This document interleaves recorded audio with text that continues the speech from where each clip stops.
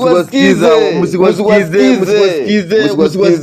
Hebu kutukusikiza wale wajinga. Kwanza Wetangula msimsikize. Wetangula ana akili. Wetangula ni mzee, Ruto ni kijana. Sasa hii Ruto ni angefaa kwa na support Wetangula. Si Wetangula ndiye ana support Ruto. Anasema Ruto venye amekuja kwa serikali amefanya maendeleo, ameunda barabara. Kwani mbona hakufanya hiyo kazi kitambo? Msisikize huo mtu ameshipa na amechanganyikiwa. Ana akili yake imeisha. Ana akili.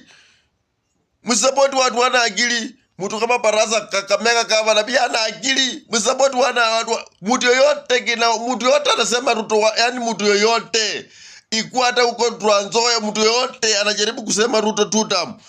Mjue huyo mtu amechanganyikiwa na ana akili. Msisupport watu wana akili. Hata pesa zao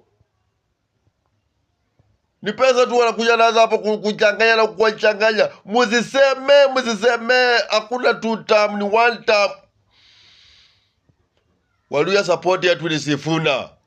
Ule kijana amekuja na akona mbio. Na kiongozi mzuri anafaa kuwa na mbio. Uwezi niambia ati mtu umekaa miaka 100 ndio kuwa president. Hao ni malusa, ni wenye walishikiliwa, walipandishwa ngazi. Finish yao.